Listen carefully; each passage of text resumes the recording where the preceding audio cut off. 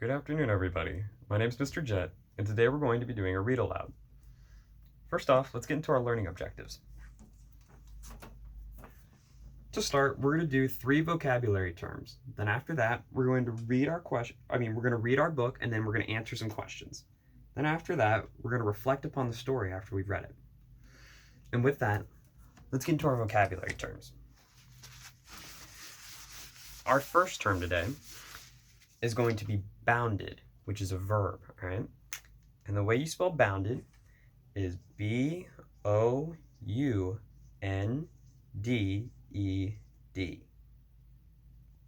Again, bounded is spelled B-O-U-N-D-E-D. Bounded is a verb, and the definition is to walk or to run with a leaping stride. Again, the definition is to walk or run with a leaping stride. So let's write that out now.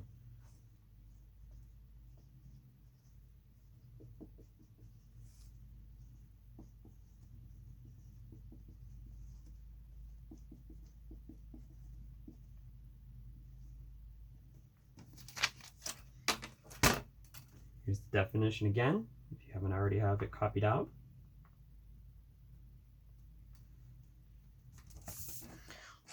Our next vocabulary term is bog. And this is a noun. And the way you spell bog is B-O-G. Again, bog is spelled B-O-G. And this is a noun. And the definition for a bog is a wet, muddy area, too soft to support heavy things. Again, the definition for bog is a wet, muddy area that has ground that is too soft to support heavy things. So let's go ahead and write that out.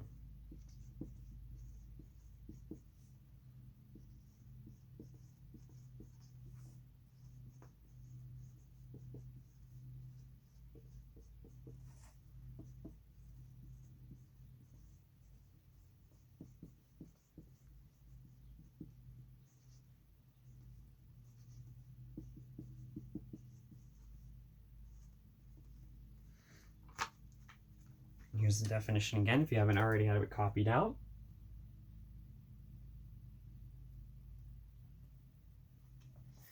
And finally, our last term is squelched. And this is a verb. And the way you spell squelched is S-Q-U-E-L-C-H-E-D.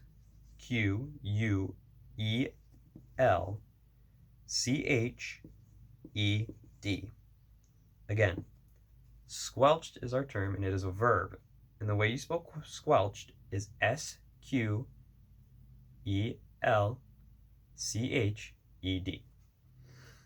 This is a verb. And the definition for squelched is making a soft sucking sound such as that made by walking through mud. Again, the definition for squelched is making a soft sucking sound such as that made by walking through mud. Let's go ahead and copy that down.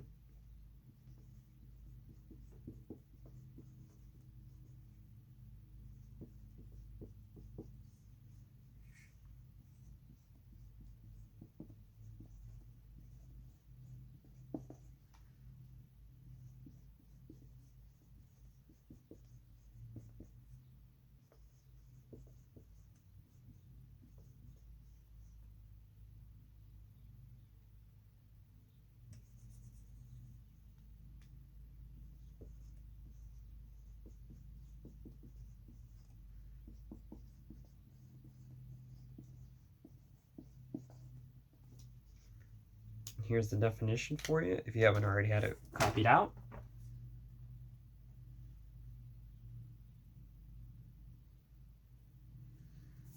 And with that, we're going to start our book now. Our book is called Room on the Broom.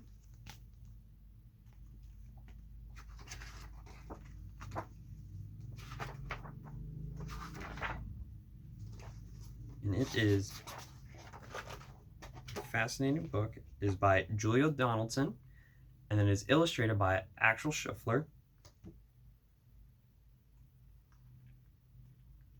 So let's begin.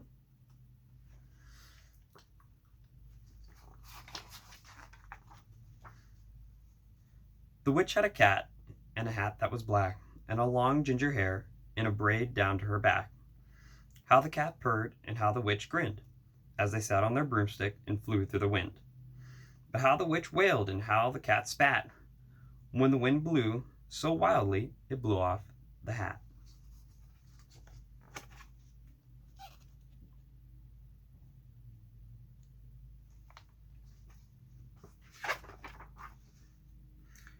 Down, cried the witch, and they flew to the ground. They searched for the hat, but no hat could be found.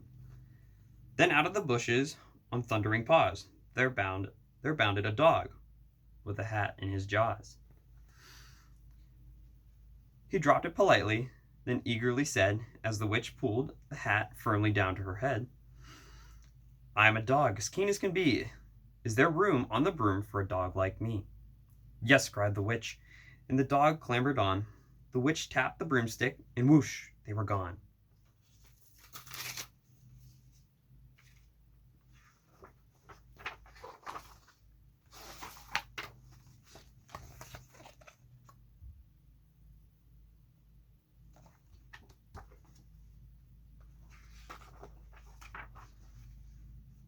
Over the fields and the forest they flew. The dog wagged his tail, and the stormy wind blew. The witch laughed out loud and held onto her hat, but away blew the bow from her braid just like that.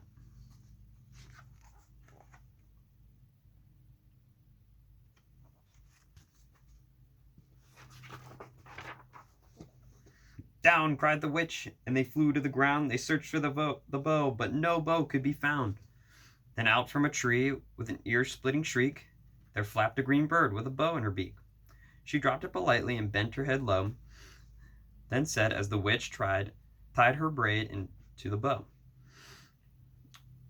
"I am a bird, as green as can be. Is there room on the broom for a bird like me?" "Yes," cried the witch.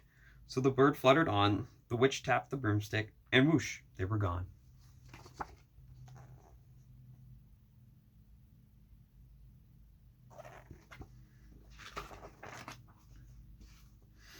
Over the reeds and the rivers they flew. The birds shrieked with glee, and the stormy wind blew.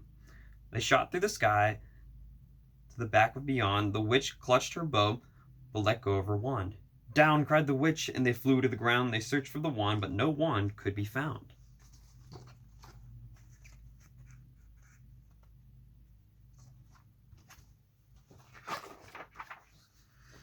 Then all of a sudden, from out of a pond, leaped a dripping wet frog with a dripping wet wand. He dropped it politely, then said with a croak, as the witch dried the wand on a fold of her cloak, "I am a frog, as clean as can be. Is there room on the broom for a frog like me?"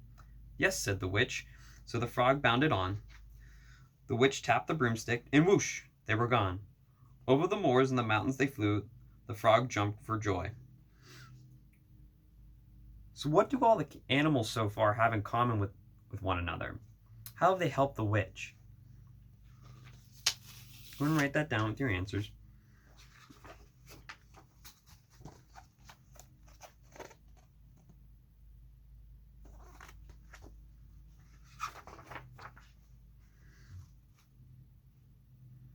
The broom snapped in two. Down fell the cat and the dog and the frog. Down they went tumbling into the bog. The witch's half broomstick flew into a cloud, and the witch heard a roar that was scary and loud.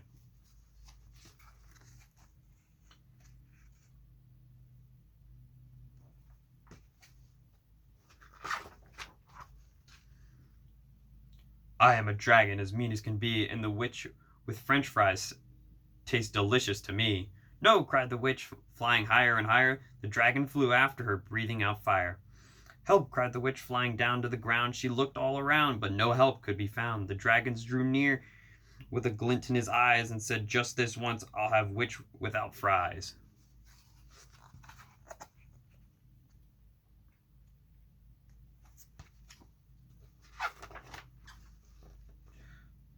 But just as he planned to begin his feast, from out of the ditch rose a horrible beast. It was dark and sticky and feathered and furred. It had 4 frizzful heads. It had wings like a bird, and in its terrible voice, when it started to speak, with a yowl and a growl and a croak and a shriek, it dripped and it squelched as it strode from the ditch, and it said to the dragon, "Buzz off, that's my witch." So who do you think the big monster is there that's covered in mud?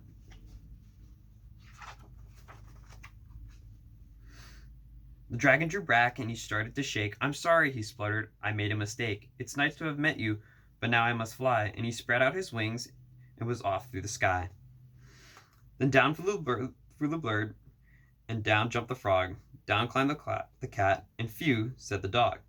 "And thank you, oh thank you," the grateful witch cried. "Without you, I'd be in the dragon's insides."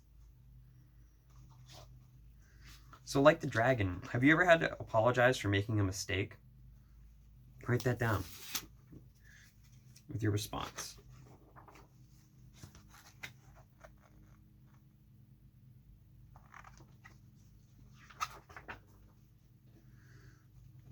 Then she filled up her cauldron and said with a grin, "Find me something, everyone. Throw something in." So the frog found a lily, the cat found a cone, the bird found a twig, the dog found a bone. They threw them all in, and the witch stirred them well. And while she was stirring, she muttered a spell. Iggity ziggity zaggity zoom, and out rose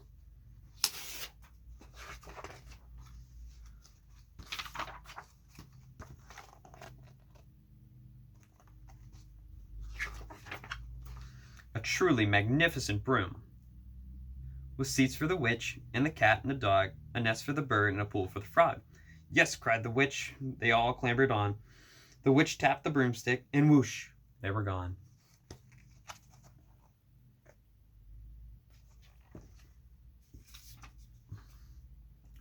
So what can we learn from this story?